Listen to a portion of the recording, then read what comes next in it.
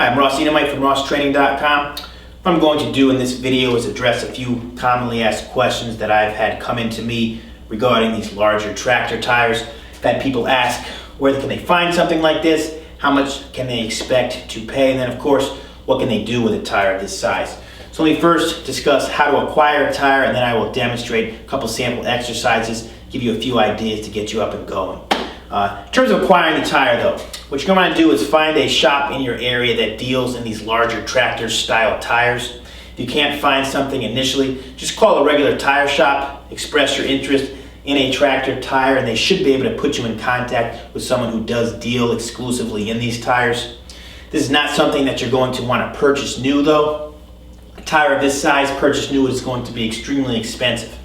So what you're going to want to do is ask to see if they have a scrap lot or a scrap pile. All that really is a pile of damaged or excessively used tires that are waiting to be disposed of.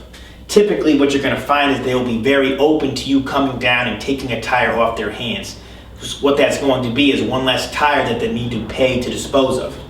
When I acquired this tire, the manager of the shop seemed as if I was doing him a favor. He virtually said, take any tire that you want as long as you have transportation to get the tire home. So what I did initially was I drove down with my car just to see the lot. They had at least 30 tires ranging from a few hundred pounds to upwards of 1,000 pounds. I went right back to Home Depot, rented a flatbed truck, and loaded up as many tires as I could get on the back of the truck. The shop owner actually helped me load the tires. He had the machinery obviously to pick the tire up much easier than I could. So for what came out to be approximately $50 when I factored in the truck rental fee and gasoline, I was able to acquire several hundred pounds of tire.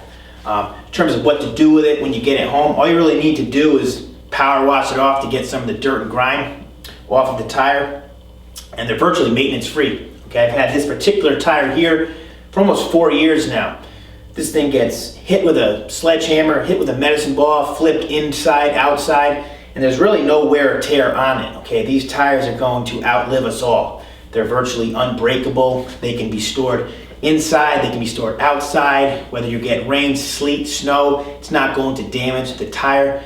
Worst thing that's going to happen is you'll have some water puddle up inside the tire, a few flips, and the water will dry itself right out of your tire. So what I'm going to do now is let me demonstrate some exercises for you, give you an idea of what you can do with a tire of this size. And one last thing, if you do get a tire like this home and you want to know how much the tire weighs, all you really need to do is look at the model number that's going to be imprinted on the side of the tire. You can go back to the manufacturer's website or do some Googling. You should be able to find some specs on your tire which include the weight. So again, let me show you some sample exercises now.